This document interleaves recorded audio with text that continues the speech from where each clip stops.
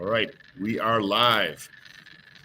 So, welcome to the Commissioner Evaluation Show. I'm John McGlynn. You can find me on the Twitter machine at John McGlynn75. Today, I had the pleasure of talking with the co-host, with the mo-host, Justin Taylor, and our guest, Dustin Ludke. We're talking about Underworld Olympics called the NFL Combine. We'll jump into some commissioner questions, some settings Dustin prefers and leagues he plays in, some recent news and all that kind of stuff. But we are ready to go. McGlynn is in. I repeat, McGlynn is in. Let the fun begin. This is the Commissioner Evaluation Podcast with your host, John McGlynn. Is that Herms? He got them guests on the Rolodex, stopping by to talk about some Dynasty Superflex. Everybody, yo, commish is in. It's time to sit down to listen to John McGlynn. Yo, who we trading, who we fading, who we getting off the squad. Knowledge never overrated, playing for number one. Hey, yo, McGlynn is in. It's time to let the fun begin. It's the Commissioner Evaluation Podcast with John McGlynn.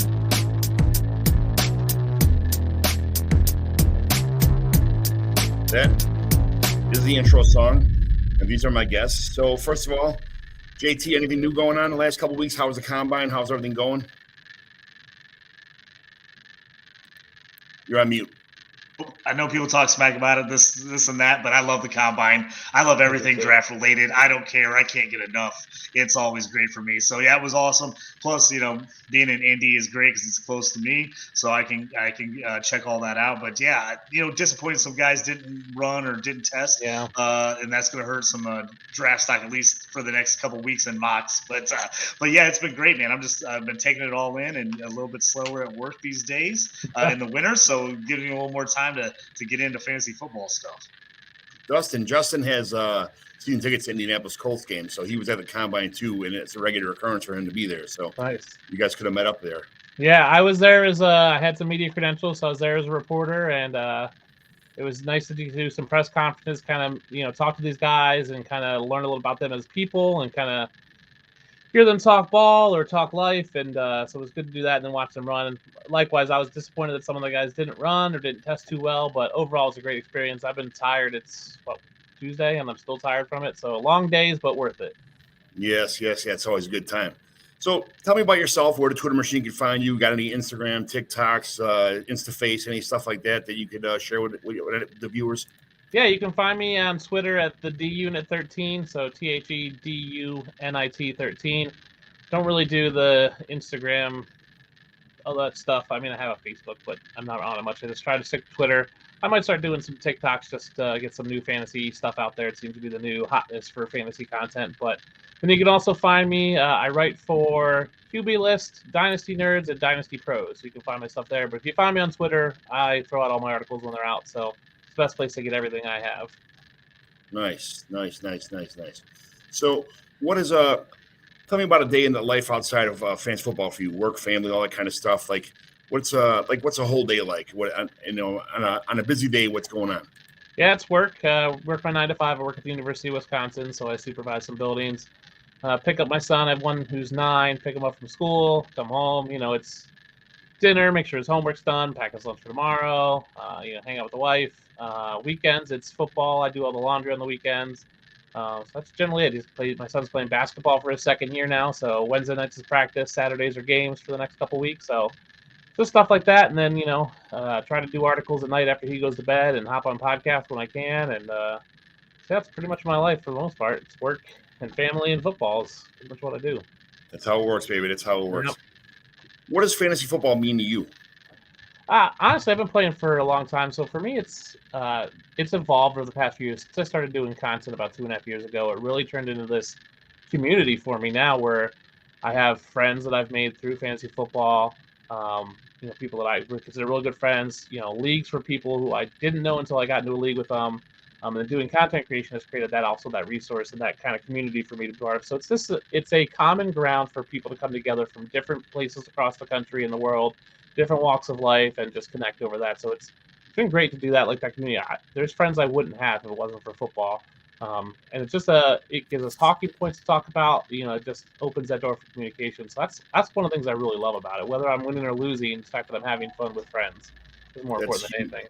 that's humongous. I got a bunch of home leagues I'm in, and I a lot of them are my, friends I've known since kindergarten, and a couple leagues sprinkled around. And other guys are just guys I met on Twitter that had like Illinois or Naperville or something like that. And I created like a handful of home leagues just kind of doing that. Yep. So, it's nice. I met so many new people that are content creators, podcasters that do fantasy football for fun, but also, for a hobby, a second job kind of thing, extra bucks. But it's nice being in leagues with competitive players all the time. So, and meeting new people doing it in the process is a bonus, So, are you more of a redraft or a dynasty guy, or like a best ball kind of person? I play more dynasty. I have one redraft league, which is a family league, which has been going on for 20 some years. My preferred setting is actually keepers because I like that mix of dynasty and redraft. But if I had to pick a big dynasty, I do football 24/7, 365. So there is no off season for me. So like I'm always deep diving players. I love the expanded rosters and dynasty. So if I had to pick, it's dynasty. I love being able to find those diamonds in the rough. And get them in, and then make trades this time of year when the casual fans like, who, what, fantasy's still a thing? I'm like, yeah, it's always a thing, right? So I love the combine, right? So coming out of the combine, it's who's the big next hotness, right? And then we get free agency coming up. So what's that look like, and how does that shape teams? So and even news like Derek Carr signing with the Saints. What does that mean for Chris Olave? What does that mean for Alvin Kamara? What does that mean for Jameis Winston getting cut? What does that mean for Taysom Hill? Like diving into those things and kind of interpreting those stats and those things and forecasting out and hopefully get an advantage is what I really love about it. So I'm a dynasty guy, especially when it comes to content as well. How far deep down the rabbit hole are you? Like DFS, Devi, you can go forever, but what's the furthest you play, like as far as you IDP, Devi, DFS, all that kind of stuff? Like where are you at? I'm just a dynasty. I have a buddy who's trying to get me an IDP, and I can't do it because I do so much research into these other guys. I just don't have time to research all these defensive players on top of all these wide receivers. Devi sounds interesting to me, but I don't have time to watch college football. So for me, if I'm going to do it, I want to be able to feel like I can be successful and I can be knowledgeable at it. So I don't do that. DFS to me is okay, but I like that season-long process. So I'm pretty much like a strict dynasty, week-to-week guy. I like managed leagues. I did just get into a best ball league, which I'm co-managing with the guys. So it's a dynasty best ball, so it's easy. We just finished up the draft, but I like to be in a managed league where I set my lineup, but I don't like to get too much into the weeds of IDP or Devi. Just too many players for me at that point. This guy right below you, this JT guy, likes this IDP stuff everybody's talking about in it. I don't know. How do you do it, JD? How do you, JT? How do you do it? How do you do dynasty, fantasy hockey, fantasy baseball, fantasy lacrosse? Like, how do you do all that stuff? I watched way too much sports. That's the issue with me. I'm reading about sports, watching sports all the time. I was a sports journalist in my previous life, and so I just kind of keep an eye on that stuff all the time. So, kind of always have a hand in that stuff. And I like to play a little bit of everything. I like the randomness of having different leagues and being able to do different strategies and still being successful, hopefully, at most of them, even though you're not drafting, the same lineup every time. Yeah, I will say for IDP, I think if the scoring setting made it so a Joey Bosa was equal to, a top-end running back, I think I would like it more. Because for me, at this point, a lot of the ones I've seen, it's like, you get a defensive lineman, a linebacker, safety, and it's really geared towards linebackers, but they almost become throwaway positions. It's like you draft them at the end, kind of like you do kickers and defenses, which is why kickers and defenses are getting thrown out of fantasy because it's like it's a throwaway, no one cares. If they could somehow standardize the scoring and make it so, a Joey Bosa is equal to, a CeeDee Lamb or whatever that is, I think I would like a little more.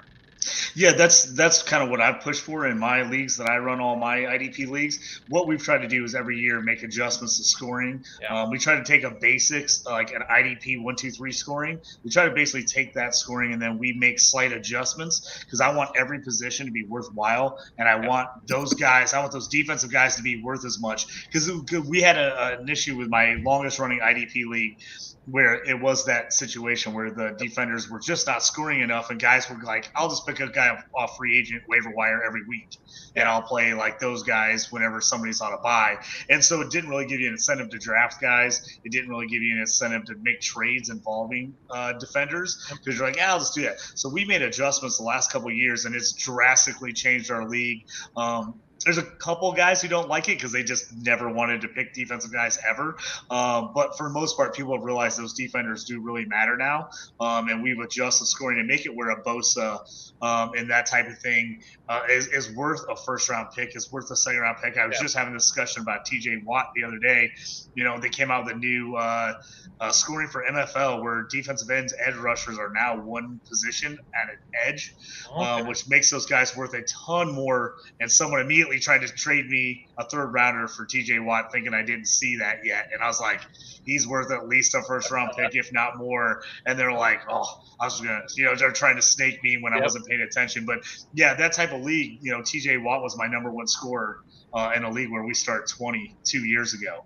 I had a league where Darius Leonard, Shaq Leonard now led the league in scoring one year. So I think when you make the defenders count for more, it definitely, I think, makes a difference and makes it worthwhile. But I did have leagues where people played like one or two defenders, and it was just real generic scoring, and it was basically a throwaway position. Yep. Yeah. I don't know. That's something I don't ever want to find out. So. Well, I will not invite you to the IDP startup, John. Thank you very much. I won't accept it even if you do, so you're good. What's your favorite hobby now? Before fantasy football, now everybody who does fantasy football like year round like us doesn't really have too many other hobbies. But what'd you do before you got into fantasy football? I used to play Dungeons and Dragons quite a bit. So this is actually a miniature. It's a Kraken I painted. So I used to paint miniatures. So I painted this guy. I have a whole shelf behind me. Behind the camera there, that's painted miniatures. Play that, and I actually have about 200 Nerf guns hanging on my wall. So I used to collect Nerf guns pretty heavily, and so my 9-year-old loves it. They had some kids in the neighborhood were down here. They grabbed a bunch of Nerf guns, and they can't play down here because that's my stuff. My lights are taken out, but they took them outside and we're shooting Nerf guns. So stuff like that I can do with my son. Again, it's that community aspect of it, right? So Dungeons and Dragons great because get some friends, come around the table for a couple hours every week. Go do a big Nerf event with some guys. There's a big Nerf group here in Madison, Wisconsin. Go out and have that community aspect. I really enjoyed those. So those were my two hobbies, but now it's football, right? It's football all the time. So any free time I get, it's research or writing an article or hopping on a podcast. So yeah. What's your favorite Sunday afternoon munchie food when you're glued to the TV watching Scott Hansen on Red Zone? I never watch Red Zone. I can't stand Red Zone, but I will say. So here's my thing. I know it's a hot take. I don't like Red Zone because I like football. I enjoy watching a defensive game. I enjoy watching a 10-3 game where there's picks, where there's sacks, where there's all the things. I want to see those plays, partially because, from a content creator, I like watching what happens, those targets. But I enjoy watching someone like TJ Watt sack the quarterback. I want to watch that. I have nothing against Red Zone. I just want to watch a full game and understand the whole complexity of the game and what led to what, right? Because there is that team that if you just see what happens in the 20, you're not seeing how they got there and what really led to that. Then you're going back on the box scores and going, Devin Singletary had 30 carries, but none in the red zone. Okay, well, that's, how does that work and what's that play doing that strategy of football? So I really love football, but I love a mozzarella stick. I have an air fryer. Get the mozzarella sticks from Costco, 6 minutes in the air fryer. Those are my go-to snack. So what you're saying is you like to watch commercials during the football games, what you're trying to say, right? So my son knows that, because we don't have cable, so I just get 2 games. So I just flip, whatever's on CBS, whatever's on Fox, and just flip through when there's a commercial. But commercials are great to go get some more snacks, fill up the drink, and hit the bathroom if I need to. So I don't mind that. My neighbor Joe across the street from me, he's got 2 he had 1 TV in his garage. He only watched the Bears game. And he's like, I'm watching the Bears. I'm like, okay, well, you can watch the Bears by yourself. I'll be in my garage, and when the game's over with, I'll come over and watch Red Zone in the second, and that's in the second games. So he bought a second TV, a second 46-inch TV for the Red Zone on the top and the Bears game on the bottom, so we could sit in his garage and drink beers and watch the game. So it's he fixed this. He found a solution to our problem, and I'm very happy with that. If my wife would let me have multiple TVs, I probably would throw a Red Zone on one of them. These wives are becoming a big problem in all our lives.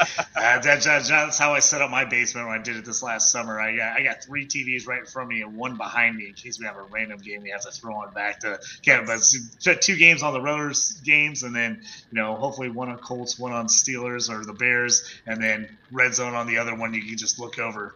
That's the way to do it. As Joe says, you're welcome. There you go. Thanks, Joe. I will say so. Kind of the deal I work with my wife is I do laundry while I watch football. So. Commercials, I go throw a new load in, grab a new load, and I sit there and fold laundry while I watch football. So commercials aren't a horrible thing. Let's get laundry in and out and get that done. Who's your favorite team, and who do you want to see them draft in the first round? Buffalo Bills. This is my starter jacket from the 90s when I was a teenager. I don't want to hear this. I know it's going to be a receiver, but go ahead.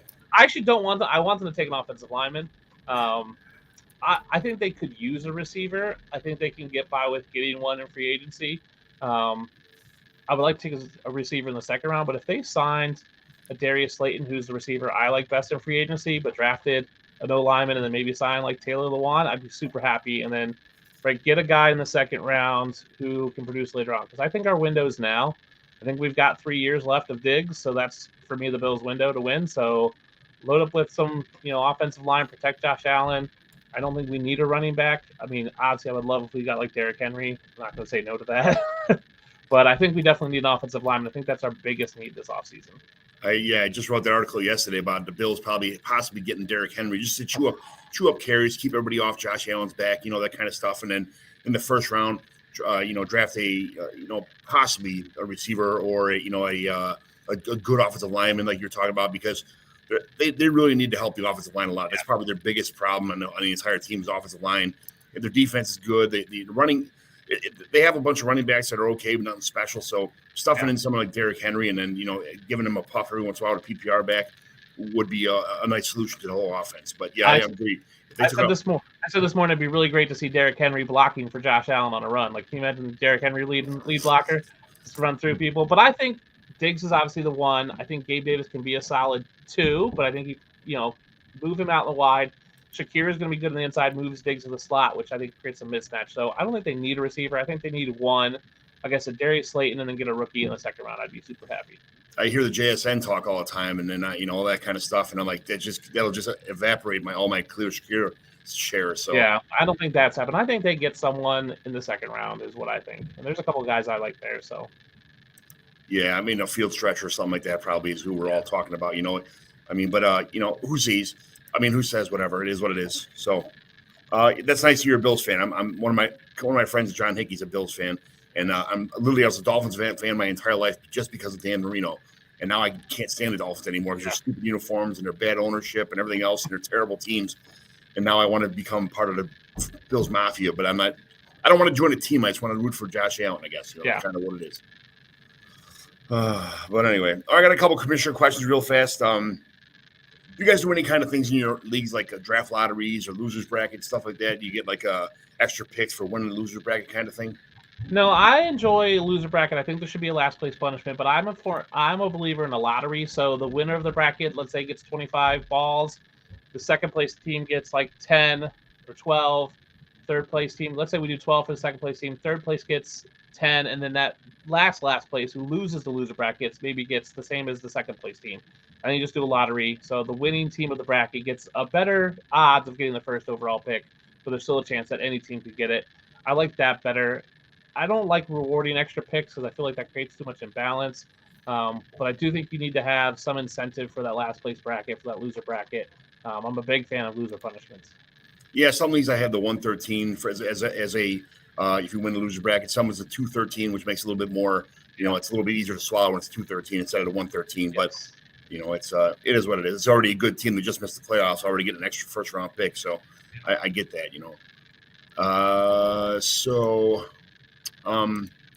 What about are you, when you're dynasty leagues, you guys have any trade deadlines or anything like that, or just kind of no trade deadlines, just all year round trading, right? We do have a trade deadline. Usually it's like I think it's week 13, so it's pretty late in the season. So no trading after that, and then until the season's over, and then it's open back up for the rest of the year, which I don't mind. I mean, if it's open all year, it is what it is. I used to be in a league. I used to be in a keeper league where it was open all year.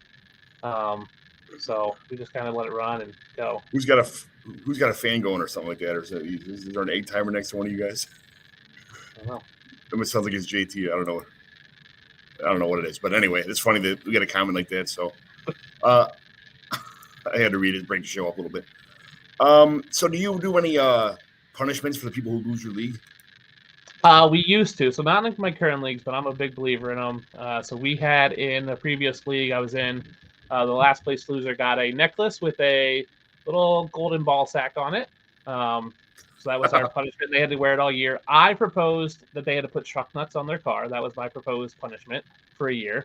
So just imagine someone with like a Honda Civic driving around with truck nuts on it. Just looks foolish. Yes. I've also proposed you have to do 5 minutes at an open mic comedy night, and our commissioner straight up told me he would stop playing fantasy rather than do that, which shocked me because that's not that big of a deal. I think stuff like that where it's fun, it again creates that community where everyone kind of gets together, laugh, and have some good time. I think it's great.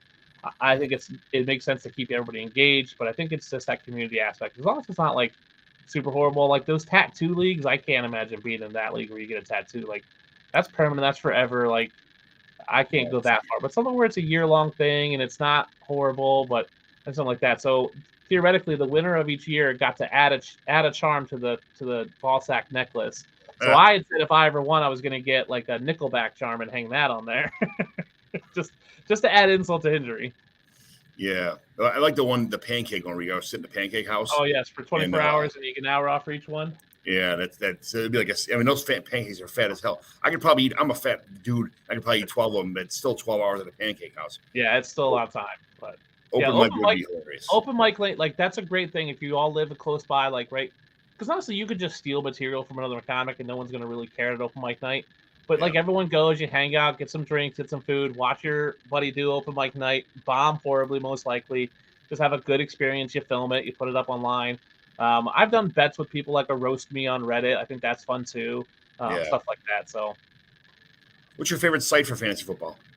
I prefer Sleeper. It's like Sleeper or ESPN are my preferred. My family league is super ancient, so we still play on Yahoo. It's okay. I can't stand MFL. It's just not user friendly. I love its functionality, but like its interface is just not great. Sleeper's done a really good job. They still need to fix some things, but I think Sleeper's done a great job. I love that they have messaging on there. Kind of creates everything in one spot, which I think is super awesome. So we talked about trades already. What about the waiver wire? Do you get an open waiver wire all year long, or is that shut down too in the off season? We do open waiver wires all year. Obviously, we have Fab, which I think is the preferred system for most people. So it runs daily. I think that's the way to do it. Fab is nice. Having the transactions open all year round is nice, but like in most of my, like I work a 4-on 4-off rotating 12-hour shifts. Some of my buddies are cops and firemen, or JT he owns a couple restaurants. Like it's not fair to the people who sit in front of a desk all day long and can just go a couple minutes before a waiver wire and just I'll do this or I'll do that. Not everybody's team is different. Yeah, but it's maybe once a week or something like that, Fab or waiver wire. I wouldn't understand that, but I wait till a week after the NFL Super Bowl. I shut it down and I opened it up again 2 weeks after the rookie draft. So that's gives everybody. People play fantasy baseball. People are on vacation or summertime with their kids. That kind of stuff. So I just it's everybody needs a break a little bit. So we can wait till the offseason and do Fab. Yeah, I think that's fine too. Like right now and this time of year, like if you do it every week, I think that's perfectly fine and gives people a chance to react to news and adjust as they want to go. All right, real fast. Say if you like it, you hate it, or you don't care. And so full PPR. Hate it. Prefer half PPR. Yeah, well, that's terrible. I get it. Tight end premium, like what would it be? Like 0.75, no tight end premium? I prefer no tight end premium personally.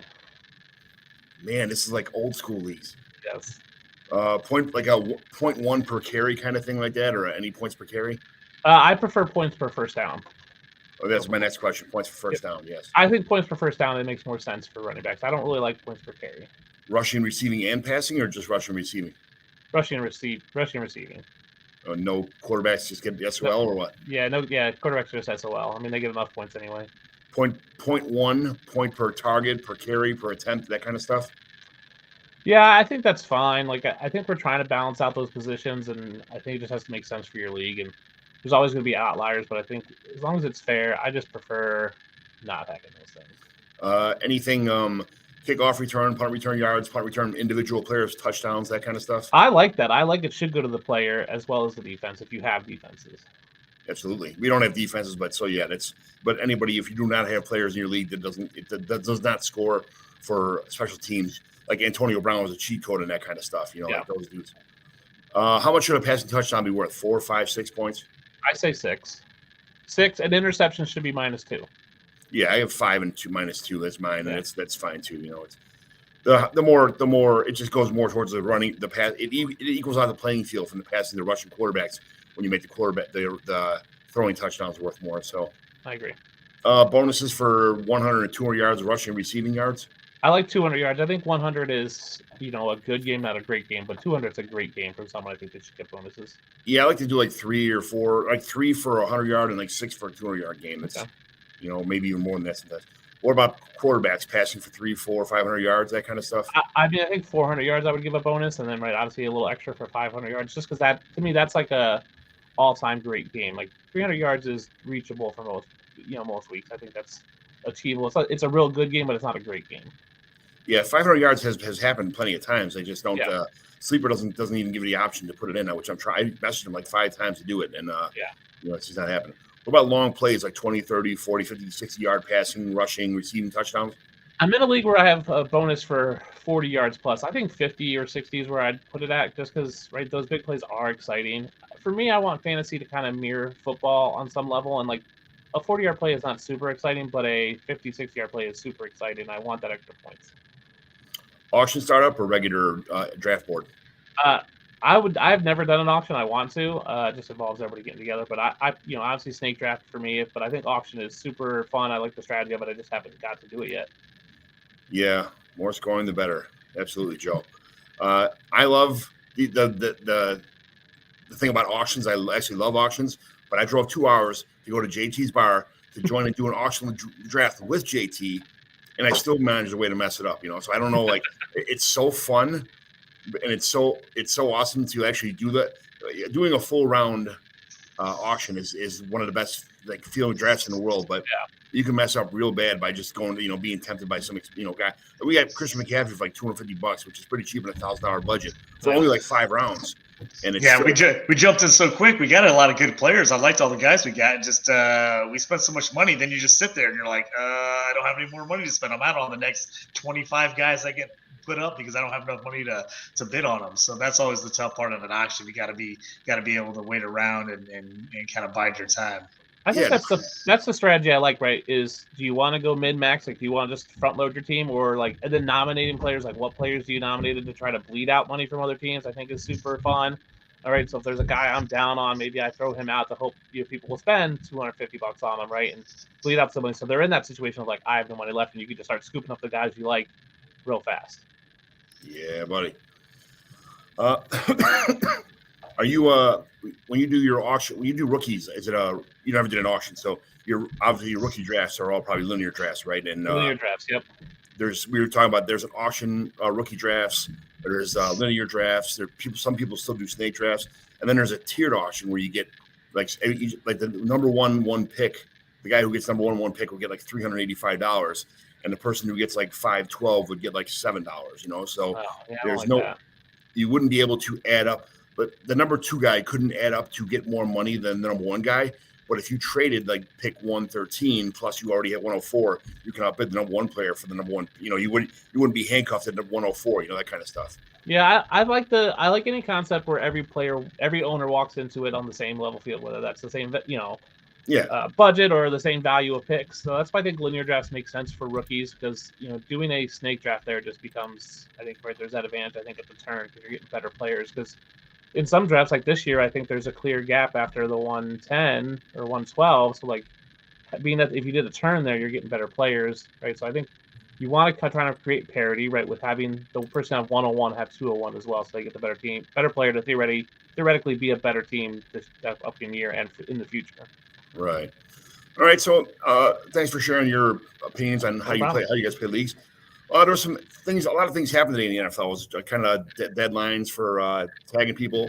What happened in it? Did you guys see anything?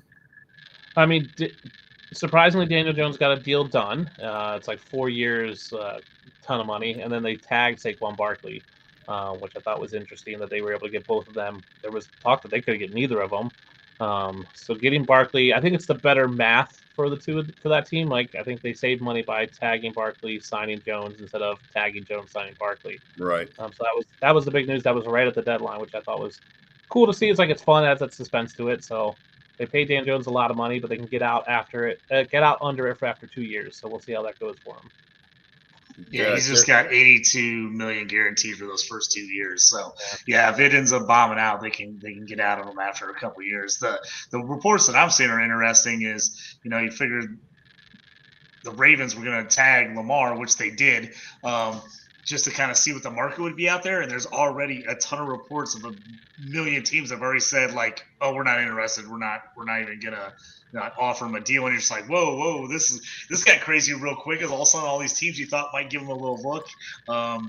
Maybe the Ravens played this one the right. If I still can't believe no one's going to pay him. Someone's going to, but I think maybe they did the right thing, saying, "Hey, see if somebody's going to give you what you keep saying you think you're going to get, and we'll match it if they offer it." And they match it and take it and say, "Hey, we gave you the option, open. Get out there, see what you can get on the open market, and we'll just match whatever they give you." And then if you're the Ravens, you've just saved yourself because you're like, hey, this is what was offered. Like, we're not being jerks about it. This is what the market is. And then they, in the end, don't look as long as they match it, they don't look like the bad guys, I don't think. Yeah, I mean, right, and the conspiracy theorists will say, oh, it's the owners conspiring to not have guaranteed deals, and the Browns really screwed everything up by, signing Deshaun Watson fully guaranteed, and no one else wants that. The Ravens are calling Lamar's bluff. Lamar said, I'm worth X, and they're going, we don't think so, but if you can go get it and come back to us.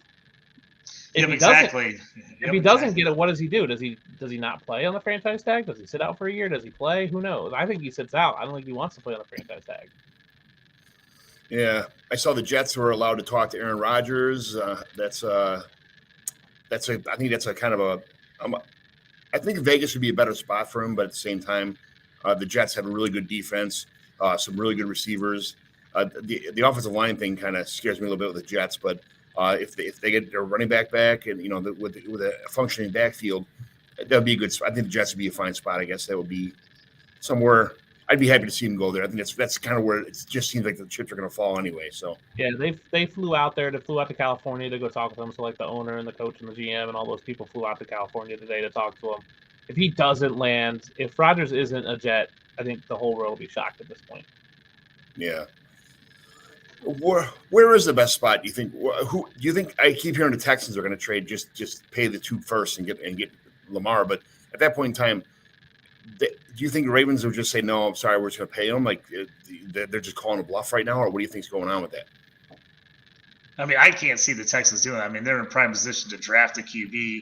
They're a team that's in a total rebuild. There's no reason to go out and spend a ton of money on a QB when you're rebuilding at least for the next couple of years here. I can't see that for them. The team I thought that just seemed like a perfect fit all around was the Falcons. Just the offense they're running, the way they run the ball. I just felt like with Pitts and London, it just seemed like it's set up for Lamar to go there. And then all of a sudden there's a report today. Somebody said, the Falcons aren't even interested in offering a deal, which seems insane to me. I can't believe that they would even be looking at trying to get him. But to me, outside of the Ravens, that Falcons team feels like a wide open division. Feels like a team that's a little bit on the rise, even though they didn't have a great record last year. They were at least competitive compared to the year before. And obviously, they had better QB play. I mean, look how many rushing yards Marcus Mariota had last year. So you put a legit running guy in Lamar on that offense, and I just think that team all of a sudden is the favorite in the South there. But that it'd be shocking to me if they just completely just throw their hands up and say we're not even interested in offering them anything or bringing them in for an interview at all. And that seems crazy to me. Yeah, I mean, the Falcons make sense, but I think if you're a team and you are interested, you go, no, we're not interested, to try to drive his price down. The crazy one for me is the Colts. Like, Jim Irsay is a nut job, so who knows what that man can do when he's up late at night. Like, he can make that call and just all of a sudden it happens. Because he wants to win now. He wants the next Peyton Manning. He wants that franchise guy. He'd be trading the 4th overall pick and the next year's first. It'd be a huge get for the Ravens. But Jim Irsay could do it. And then there was talk of the Commanders, and I know there was like that fake/real report that Schefter was on Barstool talking about, Snyder possibly trading for him and giving him this huge contract just to kind of say F you to the league and then bouncing and selling the team. Not out of the question, because again, he's another kind of wild card who just wants to be a menace. So I think the Colts and the Commanders are my two outside shots of like possibly doing it just because their owners are just complete wild cards and basket cases. Yeah, I think Colts, I mean, I would have not thought about the Colts only because I just didn't think they would have had enough to get him. But at this point, if everybody else says they're out, I can't see how the Colts don't turn around and go, I didn't think we'd even have a shot at this guy, and maybe we will. Because I know a lot of Colts fans were talking about Stafford last year. 2 years ago, we were talking about Derek Carr this offseason as a possibility. I can't believe you wouldn't think about a Lamar with that offensive line and Jonathan Taylor. I mean, I think they can make some stuff happen there.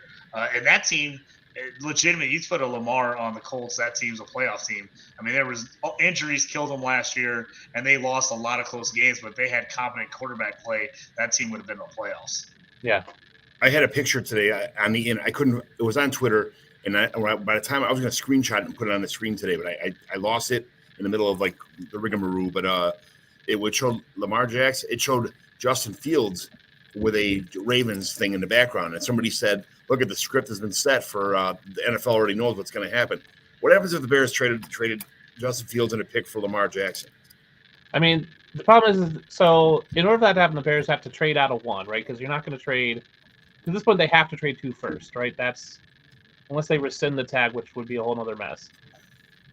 And that's something the team could do. Like the Colts could trade from 4 to 20 just so their picks and rack up a bunch of second-round picks and then trade, so they're not trading the 4th overall pick. The Bears want Justin Fields. I don't think there's any way they trade Justin Fields, even for Lamar. You just don't gain a lot. Like, you're going to pay him a ton of money. They don't seem like the franchise and the way it's been going the past 2 years doesn't seem like they want to pay a bunch of these veteran guys. They traded Roquan Smith because they didn't want to take the contract. They're probably letting Montgomery go on free agency. I just don't see it would completely change what they've been doing. It seems like a lot to get Lamar, who's had injuries the past 2 seasons, who's at that threshold of injuries for a rushing quarterback. They've got a rushing quarterback. I don't see it doing it. That's why I think the Colts make sense. Like, they got Shane Steichen, who worked with Jalen Hurts and that rushing upside. The Bears doing it would shock Bears fans, and I don't know what Bears fans would do at that point. I feel like they'd be at a loss.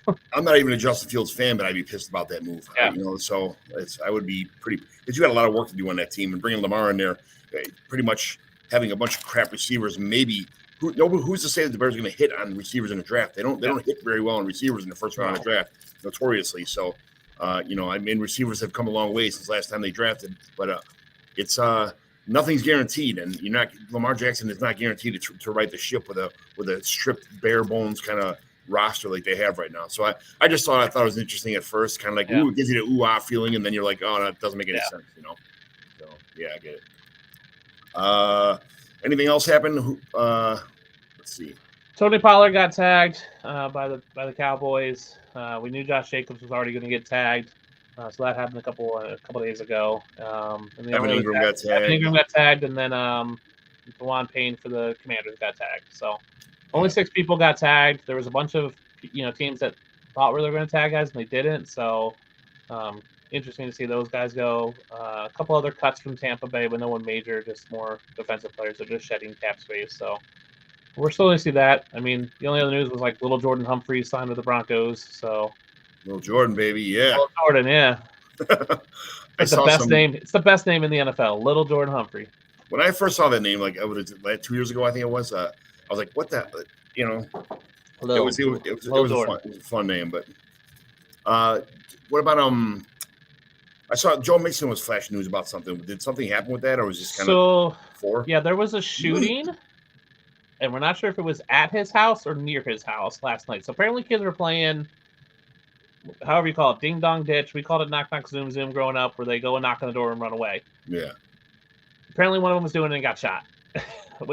Didn't die. Went to the hospital fatality. So they were knocking on Joe Mixon's door.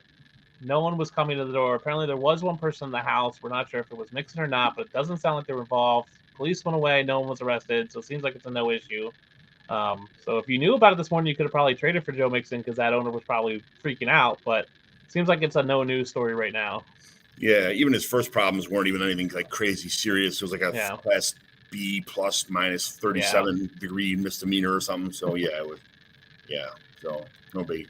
All right, that's about it. All right, you guys.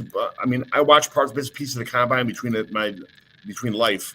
So we got some questions for you about some positions, and JT, as we go, you're more than welcome to jump in and say anything you got to say too. But what's my quarterback ranking before and after the draft? The top 4 quarterbacks.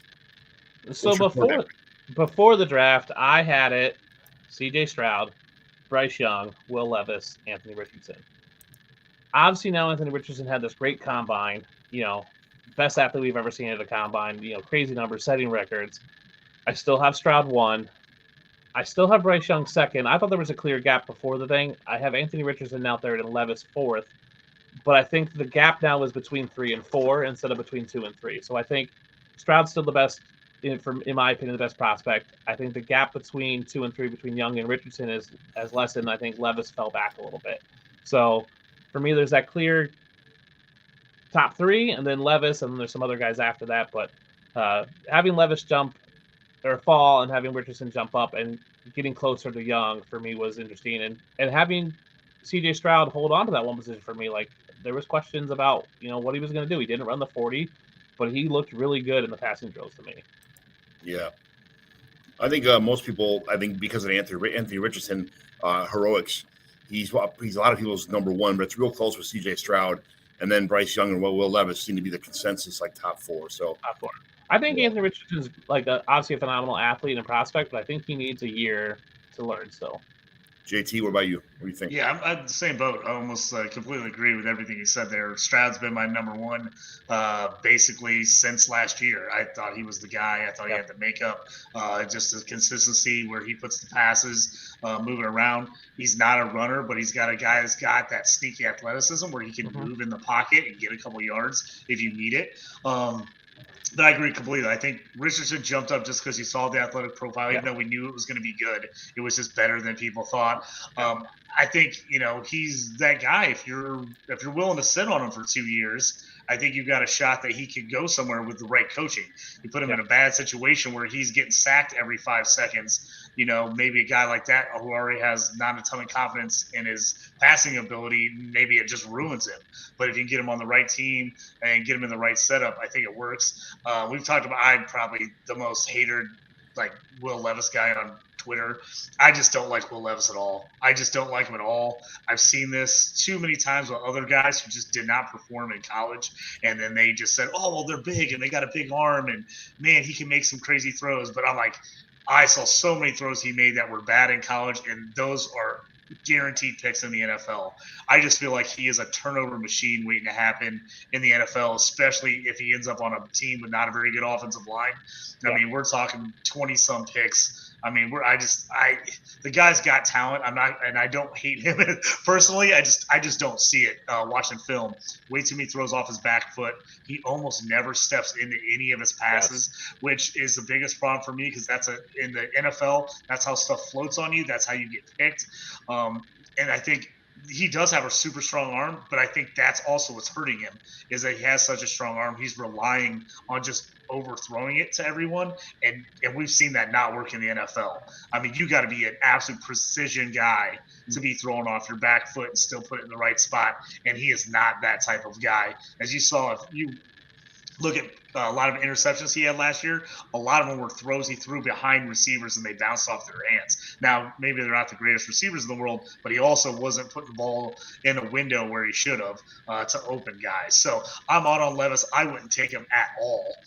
Personally, unless I was a team that was just going to sit on him, and I would take him maybe in the 3rd round. But this top 10 to me is crazy. Richardson, if I'm the Panthers or the Falcons, and I'm like, I got a guy that I think's okay, but I'm not sure about, and if we take next year, it's okay, then maybe I take Richardson thinking he's going to be good in a year or two. But if you take Richardson and play him right away, maybe he does a Justin Fields and just runs the ball everywhere all day, but I would be scared that I'd ruin him if I'm going to play him too early. What about go ahead.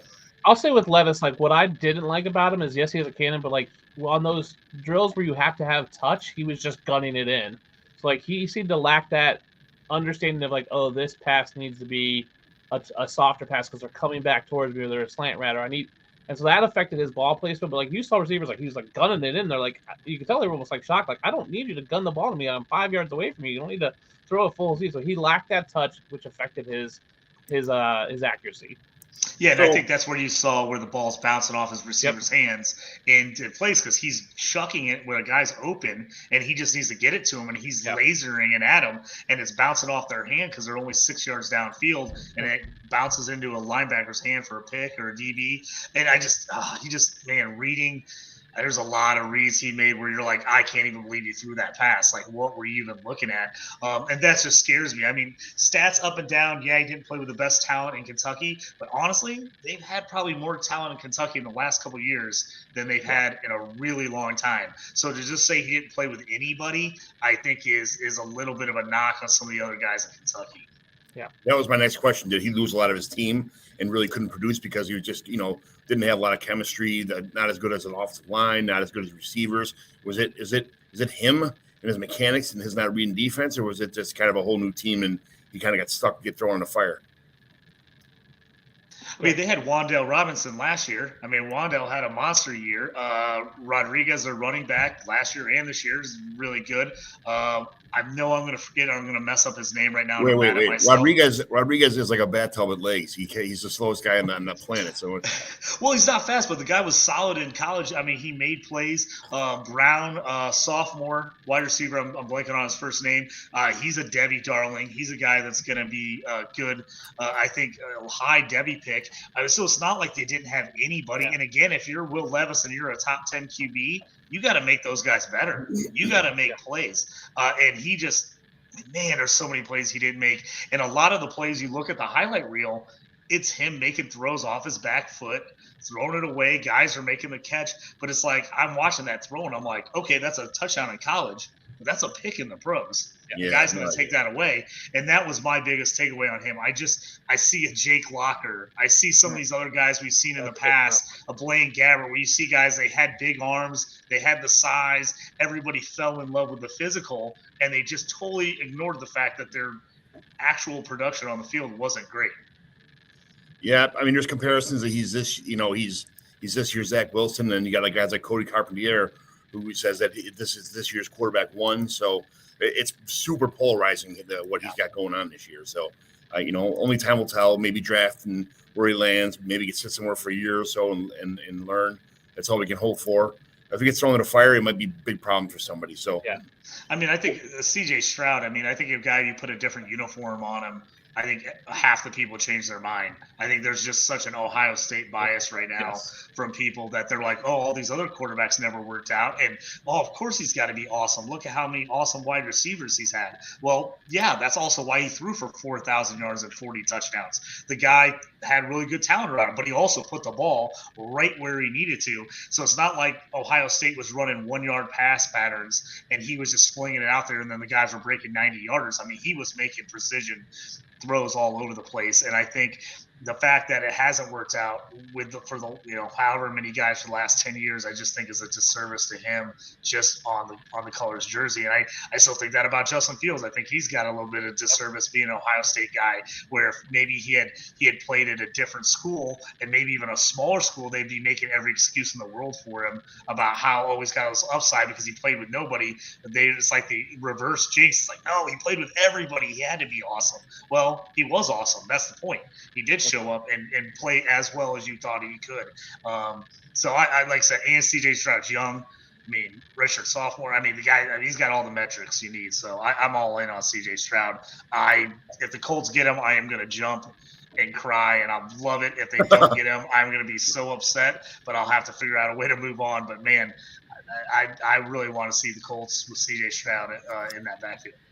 Jemo the Icon, thanks for checking in. I appreciate it. Go Bears is right. Go Bears. How many quarterbacks go in the first round of the NFL draft? And on top of that, what about rookie drafts this year? Because there's a big, there's a Grand Canyon kind of fall off after the first 4 quarterbacks. So are we going to see something possibly like a Hendon Hooker or something like that kind of fall into going to first round before he reaches somebody else that we're not thinking of? Yeah, I think we see 4, maybe 5. I think Stroud, Young, and Richardson go top 10, maybe even top 5. I think Levis probably goes in the 20s, and I think a team trades up to get that 5th-year option on either Hendon Hooker or, if they somehow get past character issues, Stetson Bennett. And Stetson Bennett looked really good at the combine throwing, had a decent measurables. It's just his personality that people don't like. He's just kind of a jerk. That's the way he came off to me and to a lot of the people there that did the interviews.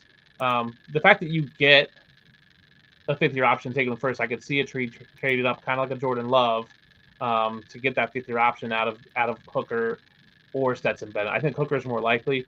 So we could see, one of those QB needy teams that don't get a guy early trade up. Like if the Panthers are sitting at 9 and Stroud, Young, and Richardson are go, but maybe they don't take a QB at 9 and then they trade back up in the second and get Hooker. Right? They could do that. So I think we see 4, maybe 5. And then in rookie drafts, I think you should have 3 and you could have 4. Right? Obviously, Stroud, Young, Richardson, I think go in your rookie startup drafts in the first round, even in 10 teams.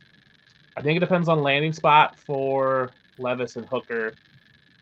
If they're going to go to a team where they possibly could have a chance at starting, right? So let's say one of them goes to Minnesota, right? And it's like Kirk Cousins there. Kirk Cousins probably start on the year, but maybe next year they get a start. I think you could see one of them go at the end of the first round draft. So I think 4 or 5 go in the NFL draft, and I think 3 or 4 go in the first round of your rookie drafts. JT? Yep, I think that's spot on. Exact same thing for me. The big question I'm getting from people is 1 QB leagues where, do you think any of these guys are elite enough to be taking a guy in the first round, early second? I think it depends on your league, especially if you got IDP scoring involved, which is most of my 1 QB leagues are IDP. So those guys are going to drop a little bit because of that reason. I'm thinking, if I like the landing spot for Stroud, if he ends up on the Colts, I'm probably looking at taking him early second to mid second round, just because I think he can be productive and he's going to be on a good team. If I get Bryce Young on Texans, he's falling for me just because I'm like, man, he's going to be on a bad team. They're really going to struggle.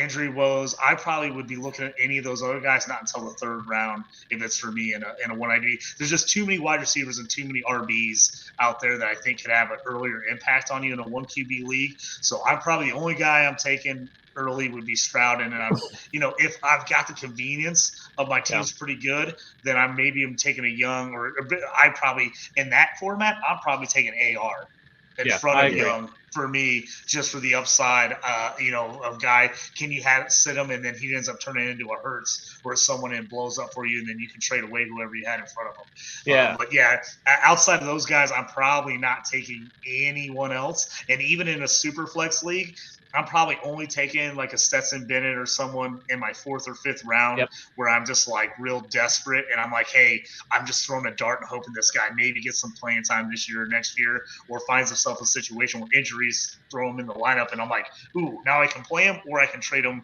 for a 3rd rounder next year or something like that. Yeah, I agree. So I think Stroud goes to the Texans, and I think they take JSN at 12 is what I think is going to happen in the NFL draft, which would push Stroud even higher for me. And I think a team trades with the Bears to take either Young or Richardson at 101. How many of these guys do you think are going to pan out in like 5 years? Like, how many of these people are still going to be in the league? Of these 4 elite, maybe 1 surprise quarterback, who do you think will still be in the league? Who's got the best chance, or how many of them at all are still be in the league in 5 years? I think 4 will be starters. I think Stroud, Young, Richardson, and Hooker are starters in the league in 5 years. I think Hooker needs some time to develop. He's coming off an injury, so he didn't do anything at the combine other than get measured. I can see him developing if he gets the right spot. I also wouldn't be surprised if Dorian Thompson-Robinson is a backup in the league for the next 10 years. Like, I don't think he ever gets a shot. I think he's the next Josh Thompson or whatever is the backup. Like, I think DTR is a backup in the league, and I think he's smart enough and intelligent enough and has enough skills to just be a constant backup for the next 10 years. So he'll be in the league. I just don't think he ever gets a chance to start.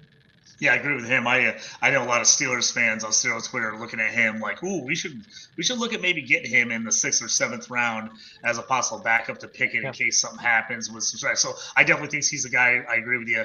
Could be another Josh Johnson, plays in the league for the next 10 years, kind of get some starts here and there. Maybe never takes over a team, but a guy that could be solid and come in and not lose you games if you actually have a team that's pretty good. I agree.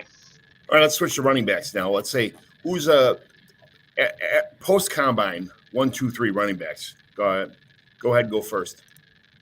I've got Bijan Robinson, then Jahmyr Gibbs, then I have Devin Achane as 1, 2, 3. I did not like what I saw from Zach Charbonnet personally, so he was my 3, and he moved to maybe 4, 5, or 6. I haven't fully decided. JT?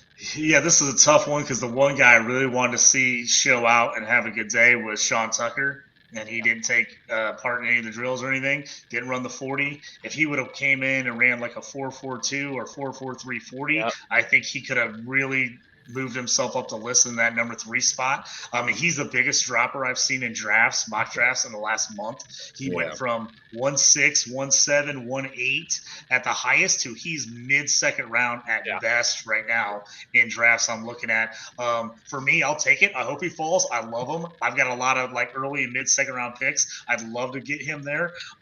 I still think he's a guy that could be really good if he ends up in the right system with zone blocking because he's got such good bursts and he cuts well. A Kane, man, he's just got to end up on the right team. He's Yeah. so small, but the guy's got so much ability. Fast. If you could put him in a team where they just figure out ways to get him in, out in the open and get touches, I think he could end up being huge, but he's going to have to end up in the exact right setup. Bijan, obviously, number 1 for me. I think Gibbs, again, is number 2, just because his pass catching ability and speed. Man, landing spots are going to be tough on these guys. I know I'm probably an outlier on this, but I still love Chase Brown.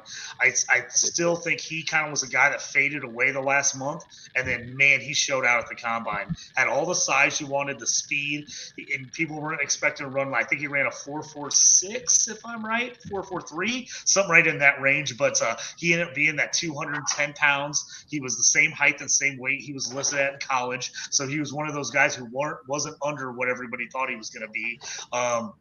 And I just think, I watched him all year in Illinois. He was just a beast, man. The guy runs hard. Even when they knew he was going to get the ball every play, 8-9 man box, he still was making plays, still running guys over. I just think he's highly underrated. I think if he ends up in a backfield where there's not a clear-cut number 1 starter, I think he's a guy that definitely could produce for fantasy. I want to get him that early 3rd. But I'm also nervous that he won't be there. So he's a guy I'm probably going to overdraft this year just because I feel like he has that huge upside and experience that if I can get him in the mid-second, I'm probably taking him in the mid-second. Mine, Bijan and Gibbs are obviously number 1 and 2 for pretty much everybody, but I've been beating the drum. You can check my Twitter feed. I've been beating the drum for Roschon Johnson all offseason. Yes. So I've been that guy, and everybody's like, "Who? What?" I'm like, "He never even touched the ball. He sucks. Blah blah blah." I'm like, "No." He was on a couple sites like Player Profile. I had him running like a 4.83 or a 4.84 40, like something real slow, like he's carrying a piano on his 40-yard dash. But he is just a big dude that runs. He runs pretty big. He's a special teams guy, a pass blocker. Big. He's like he can catch the ball too. The only reason he doesn't.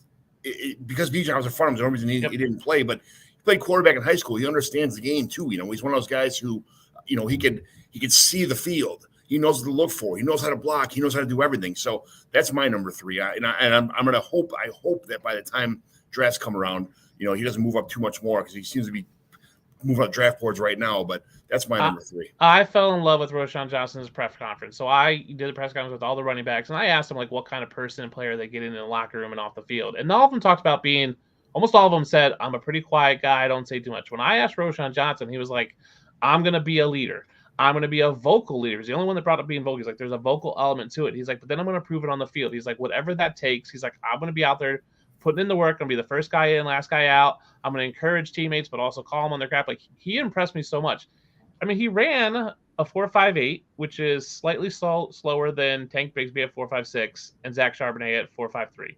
But he had a faster 10-yard split at a 1.52. The other two were at 1.54.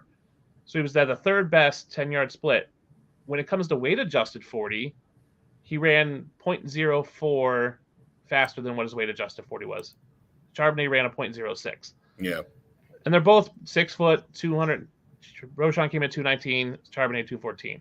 I'll say this about Chase Brown, though. When we talk about Chase Brown, 4.43, a 1.53 split, so 5th best in 40, 6th best in split, ran 0.14 faster than his weight-adjusted 40. He was the 3rd best in weight-adjusted 40 in that group. He wasn't even being talked about. When we pre-combine, we were talking about this group that to go for 3rd, it was Bigsby, Charbonnet, Sean Tucker, all these guys, and no one talked about Chase Brown. All of a sudden, he jumped up huge for me. I loved what I saw from him. I think he's probably in my 4 or 5 range for me. I just like Achane better. I think he has the potential to be a Jerick McKinnon type where when you know Devin Achane's on the field, they're going to pass, but his speed and quickness is going to let him get open. And then once he gets the ball in his hands, he's going to make space. That's why I have him third. Yeah, I look at Chain a lot. A landing spot for him. I think if he matter. could end up on the Colts, and I know I talk about it all the time, but man, Neon Hines, if he could take that Neon Hines spot where he's playing third downs, where they're lining up in the slot, where they're motion him out. You get a team that's going to use him like that. I think Chain could. I would love it. So landing spot's huge for me on him. But this is one of the groups, man. If you got a bunch of seconds. A couple early thirds. I'm loading up on them, and I'm taking as many RBs as I can and seeing which guy hits because I just think it's a group that's a really good group that has high upside. It just depends on where they land, who's in front of them, and who's behind them because I could see any of these guys, depending on landing spot, jumping up and immediately being a starter next year if they get the opportunity. Zach Moss and Deion Jackson have a lot to say about somebody coming in that backfield, right, buddy? Relax. They're totally different players than Achane. I mean, he's going to be a totally different guy than them if they got someone like that. But I think Chase Brown reminds me a little bit of I just lost his name. Old UConn running back that played for the Colts for a little while. I had kind of the same body size as him, but much faster as Brown, and he just went against tough defenses all year in the Big Ten. So I just think he's a guy that could be an absolute stud on the right team. I mean, you see him go to the Eagles. I mean, his draft stock would go through the roof if he ended up on a team like that.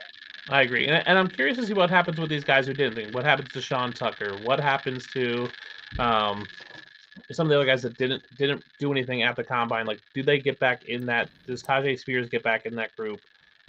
Where do they go? Because we haven't seen much. We're waiting on pro days. So we'll see what happens with guys as the pro days roll out. And then, landing spot matters for these guys a lot. And there's kind of a glut of running backs right now. So landing spot and opportunity is going to be huge.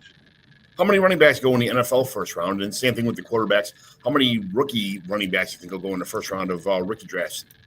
I think 3 go in the NFL draft. I think it's obviously Bijan, Gibbs, and then I would say I think Devin Achane goes, but it could be, a Chase Brown. It could be someone who wants that fit. Right? Chiefs have the 32nd pick. They could take Devin Achane and fill him in the McKinnon role. I think in our rookie drafts in PPR, I think there's 3, maybe 4. I have Bijan 1. I have Gibbs going around the 106, and then I think 1 goes in a 12 team. I think they go 11-12. I think you can see 3 of them in your rookie drafts, maybe 4, depending on team fits. Yeah, that's a big fear of a lot of people that have Chiefs running backs about the Chiefs drafting a running back later in this trade in the first round or something. It's a big fear from a lot of people. They got lucky and they struck gold last year with a 7th round pick, but who knows what's going to happen. So I think late second, early third, mid third NFL draft. I think you could see a lot of movement of teams starting to see, that guy's falling. That's that guy. We like him better than these other 3. I could see teams starting to make a lot of movement that late second round, mid third. I could see a ton of running backs going in the third. In this year's draft, I could see just overload running backs in the third. There's just enough guys out there, and there's some outliers, super small guys that I think you can maybe take late. That guys will take a shot on in like the 5th or 6th round, but I kind of see that 3rd round is going to see the big round that you're going to start seeing all these guys fly off the board. I agree. Yeah, Pacheco runs very well. He runs super hard, and it's nice to have a receiving back out of the backfield also. But I think if they have a chance to pass up if they have a chance to draft a running back that falls in the lap, I think they'll take a stab at that without a problem. Yep. Let's switch to receiver. Who's a riser and who's a faller from after the combine? I mean, risers for me were Zay Flowers and JSN. Like JSN was one already, but he looked everything that we wanted from him. He had real soft hands, ran really smooth, didn't run the 40, but that's not his game. And then Zay Flowers, I think, looked really special out there. He just looked different. Fallers for me, Addison, I think, didn't look great. Hyatt did not look great because he was supposed to be the super fast guy, didn't perform. And then Keyshawn Boutte looked like booty. He just looked like trash out there. I don't think he performed well at all. What about you, JT? Who do you think? I got Marvin Mims, who's the guy I was talking about. Yeah, very similar to the guys I think that you said that for fallers. I think those guys, yeah, they just did not look good at all. I'm an Addison guy. I've always liked Addison. I don't think he overly impressed at the combine, but I also kind of think he did what he does. I think he came in the size that he is. He ran about what people thought he was going to run. I just think the guy's a precision wide receiver that just makes plays. JSN, I think everybody that had worries about him with all those shuttle times, how quick and in and out. I mean, the guy just finds space. He just makes plays. So I think, if he's running, even if he runs a 4.56 or even up to a 4.61 at his pro day, I don't think it's going to kill him because everybody saw how quick in and out as he is of everything. I think he's got, I've said it before, Cooper Kupp with a better pedigree. I think he's a high end. He's a guy that could absolutely end up being a Cooper Kupp, put up that type of stats on the right team. I think he's a high riser for sure. Quentin Johnson, I'm not in love with him. He's another big guy who has all the traits again. I like production. I want to see guys that did it. Just because a guy's got the body type, it doesn't do it for me. So he's the guy that fell a little bit for me. Mid-round guys that I've got my eye on, that third round, that fourth round, can I steal them? I think Mims, which I thought you could get in the third. I don't know if that's going to happen anymore. I feel like he's rising quite a bit to that early second, but I thought he looked really good, and he put up a good 40 time when it seemed like no one else was. So I think that stood out even more because it was so many guys running slower 40s than you thought. Jalen Reed from Michigan State is a guy I like. He's a guy I want to keep my eye out on. He's got Calvin Ridley written all over him, and he's just, people are kind of down on him. I think if you could get him in like the late third or early fourth of a rookie draft, he's worth that dirt throw because I just think he's got some talent and he played on an offense that just really didn't throw the ball that much. But Mims and him are my two guys. I'm like trying to see where I can get them late in drafts. Yeah, I see this comment. JSN to the Bears at 9 after 2 trade backs. I will say I talked to a guy who talked to JSN's agent, and he didn't think that JSN was going to go in the top. Thought he was going to go in the 20s. I think JSN goes 12 to Houston. I think they take Stroud and JSN to pair that back up. So JSN to the Bears at 9, I think, will be a reach for what JSN thinks, and his agent seemed to think that he's going to go. So we'll see. I also really like Tank Dell. I think he's a great steal in probably the late second, early third. I think he had a good combine as well. So that's Joe Castleman, who is the guy who leaves commercials on during the Bears game because he's such a Bears fan. He won't turn on the red zone. So, so those some of the Bears fans like that have the Bears they're going to trade back 5 times and get 400 picks and still get JSN, that kind of stuff, So yeah, I think it's going to be really interesting to see where these wideouts go in the first round. I mean, they're getting mocked all over the place. People aren't completely sold on them. Last year everybody kind of moved up to get everybody. You've seen a lot of people talk about these guys going in the 20s. And maybe you see somebody that's like, hey, these wideouts that we thought were top 10, 12 are dropping to early 20s. Yeah, maybe they could get a move with a trade there. I've said I think JSN on like the Chargers would be phenomenal. I think he would just his fantasy stock would go through the roof, but I just also think he would be a great player on a team like that. And even on a team like the Vikings with Justin Jefferson. I mean, JSN could just crush play in the middle while Jefferson deep down the sideline. So I wouldn't be worried about JSN being the absolute number one guy. I think he's talented enough that even if he's technically the 2 on your fantasy team or in real life team, I just think he's a guy that is going to put up stats in a PPR league no matter what. I agree. Yeah. What about you guys? What did Michael Wilson do with the draft that it was so special? Anybody?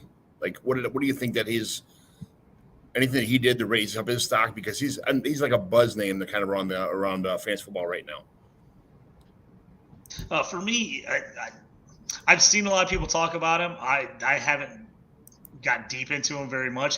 He looks okay. I think he's got potential. I think that's what people are looking at, the potential. For me, there's other guys I would prefer. Guys that I've just seen out there, like I said, a Reed, a Mims.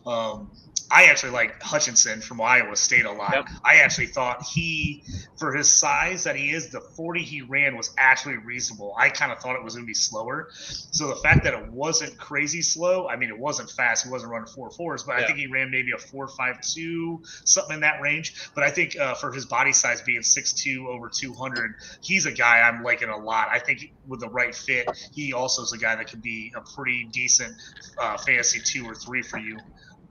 Yeah, it was tough at the combine because Richardson dominated a lot of that day, so a lot of these guys didn't get as much buzz as they probably should. So they'll get more pro days. So I like Andre Josevich from Princeton. He's one of the few tall guys. He's 6'3", 205. He impressed me in the catching drills. So curious to see where he goes. He could be a 3rd round pick in a few fantasy drafts. I don't think he gets a high draft class, but we're talking about running backs getting hammered in the 2nd, 3rd. I think wide receivers are going to be the same in the NFL draft. We could see a run of them mid-second of just guys flying off the board one right after another, very much like we saw in the 1st round this past year. I think it's just it's a deeper class, but not as front-loaded as last year was. Yeah. You got any sleepers? Wide receiver sleepers? Yeah, Josevich is my sleeper from Princeton. With a class being as small as it is, there's just not many guys, honestly, over 6 foot, and he's 6'3", 205. Obviously went to Princeton, so Princeton's known for being a smart school. So he impressed me in the interviews, seemed like a smart guy. There's a couple other guys who just didn't do a whole lot who impressed me in the interviews. So Josevich is the guy. So it's Iosvas, I believe is how you say his last name if you're looking for it. He's a guy that I think could be a sleeper if he gets on the right one. And then A.T. Perry, another big guy who I think in the right fit could be a sleeper for Dynasty and for fantasy football.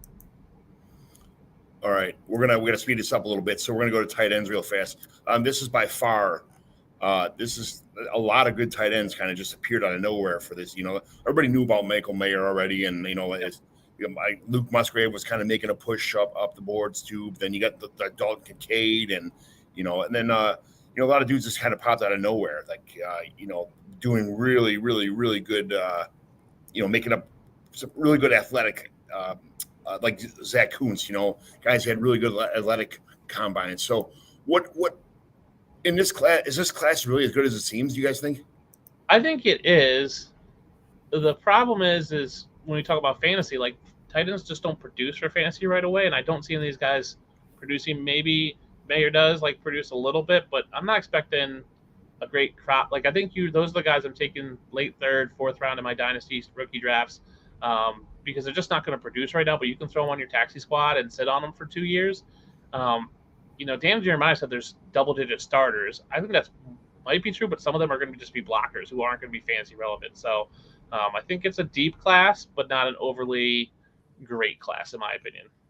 Yeah, I think people are just so thirsty for a good tight end in some of these teams that they're bumping up everything they do in the combine, and any kind of film is spicy to anybody because they need to fill some voids.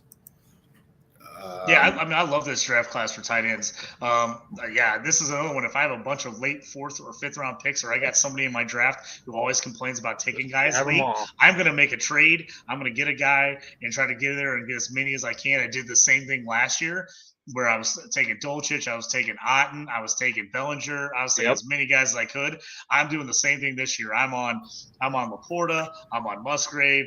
I love Kuntz. He's a guy people forgot that he was at Penn State, and he actually put up really good numbers at Old Dominion. I like him a ton, and Payne Durham. He's a guy that is kind of sneaky. He hasn't played a ton of football. He was really good at Purdue. The guy made plays. He's just a big guy, and I think he's just learning. So I think he's kind of scratching the surface.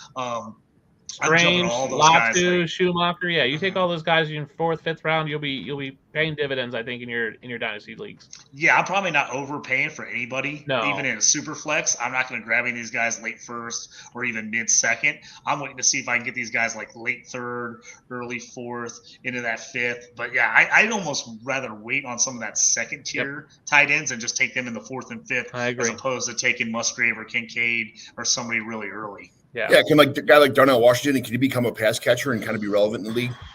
He can. I just don't think he does, right? He didn't do it in college because they have a great guy there. To me, he's like the next O.J. Howard. He's physically gifted, but will he get the opportunity to be the pass catcher? And since he has limited experience, can he excel at that? I'm not sure he can. I mean, he's physically talented, but because he's such a good blocker, I think teams leave him in to block, and he doesn't get that opportunity in the NFL. He didn't get it in college because he's really good at blocking. Another guy that's really good at catching. Same thing happened to O.J. Howard. He was big, physical, good at blocking, could catch, but they had Cameron Brate. They rolled Cameron Brate out and kept O.J. Howard in the block. So that's my fear with Washington, is that he just stays in and blocks and doesn't get the opportunity. Yeah, I think this ends up being an NFL class where we end up deciding that they were really good NFL players. I'm not sure how many of you guys end up being great fantasy players. Yeah, but I think as a class, I think they're going to be a really good class for NFL purposes. But you're going to have to wait and find that guy that hits the right landing spot where they use tight ends a lot or play two tight ends and throw it to their tight ends a lot to where you can make these guys relevant. But I definitely am going to stash them. If I have a taxi squad league where you can hold them for 1 or 2 years, I'm drafting as many of these guys I can, and I'm stashing them. Who's the kid from Notre Dame a couple years ago? Went to the Panthers. Great Tommy Tremble. Tommy Tremble, but one of the best blocking tight with in the world, but he's fantasy irrelevant. You know, that he's a great NFL tight end, but he's fantasy irrelevant. That kind of stuff. You know. Yep. I get it. All right. With tight end premium becoming the norm, should we be moving any of these guys up on rookie draft boards, or are they just? I mean, we already talked about it. They're just like kind of mid, right? Yeah, I mean, I think that's why they're going to be in the fourth, and I can see maybe taking a few end of the third. I wouldn't be surprised if we see someone take one of them late first, to be honest with you. Like, if someone falls in love with Kincaid, if he works out his pro day, or falls in love with Washington and think he's going to be the next big thing, I wouldn't be surprised if someone jumps up there and grabs him the late first, like in a 12 team, like 111, 112, or early second. I just don't think we should, because they just don't. For fantasy purposes, they just don't produce until really year 2, year 3. So I think it's a mistake to I think we're always looking for the next Gronk or the next Kelsey or the next Kittle, and we just tight end premium, they're worth so much more because it's tight end premium. No, you still gotta wait for them. Like, even Cade Otton was really good this past year for fantasy. Like, there was no reason to take him early. You just could have waited. So I don't think we should. I think we need to slow down and go, okay, yes, they're good, but they're still a tight end. And even though tight end premium makes them somewhat more equal in terms of like point production, they're just not going to produce this year. Yeah, I kind of like Luke Musgrave. He's probably my favorite tight end in this league anyway. So, hold on. Yeah, Musgrave was my favorite C2C trade last year. I had somebody who was desperate for a playoff quarterback. I traded Heineke away for Musgrave. Nice. And the Ball State running back who's now at UCLA, and I can't believe I'm blanking on his name. It's killing me. I'm going to look that up. But yes, I traded for those two guys, and I was like, I'm loving that now. In a tight end premium league where I think I only have Gesicki as my only tight end. I'm like, that was a great trade to get Musgrave to move up for me this year. So I think if he ends up in a good spot, he's a guy I think that kind of impressed at the combine as well. People didn't realize he was as big as he is. He's almost Myers size, and then he ran pretty fast. So I think I could see him in a real NFL draft sneaking into maybe the late first round, early second round, and getting a good landing spot there. Very good, very good. Well, thank you guys so much for your time tonight. I really appreciate it. There was some great information. This was in my head. This is gonna be a half-hour show, but it never works out that way, as we all know.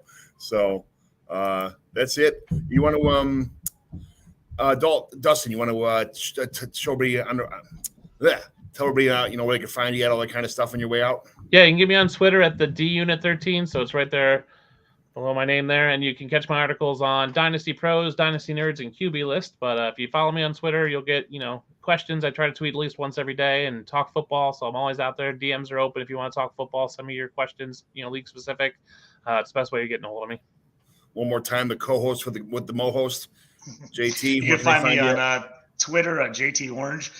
Always on there talking about anything there. Also, just recently joined the Dynasty Pros group, so look for articles coming Dynasty out on Pros. that. And then also doing some stuff for DLF, some writing on that as well. And then P2W always on the Commissioner Evaluation podcast here with John, the main host. So you can find me on all those things, and I'm in about every Discord there is out there. So I'm always in there as JT Orange or JT Orange 4. I'm always voting on polls. I'm always talking about trades with guys and what kind of work. So you can always find me in there and hit me up on that as well. Joel Castleman, Jam with the Icon, Univ, all that stuff. You guys, thanks for tuning in. Thanks for the questions. Joe, thanks for the comments. Great show, guys. Gents, we're Thank gentlemen and scholars. Well, you guys are scholars. I'm just a gentleman, so we'll go that. But thank you very much for coming out today and being part of the Commissioner Evaluation Show. So we'll see our way out with. I repeat. And I would like to say one more time, thank you very much for being here. It's much appreciated. Let the fun begin. This is the Commissioner Evaluation Podcast with your host, John McGlynn. Was that Herms? He got them guests on the Rolodex, stopping by to talk about some Dynasty Superflex. Everybody, yo, commish is in. It's time to sit down to listen to John McGlynn. Yo, who we trading, who we fading, who we getting off the squad. Knowledge never overrated, playing for number one. Hey, yo, McGlynn is in. It's time to let the fun begin. It's the Commissioner Evaluation Podcast with John McGlynn. And JT. And all these awesome guests. You guys they'll be coming down the pipeline. Thank you very much. Thanks for P2W for having me on. Nick Script, I appreciate letting me use your StreamYard and your YouTube. And thanks for making the Commissioner Evaluation Show awesome. Thank you.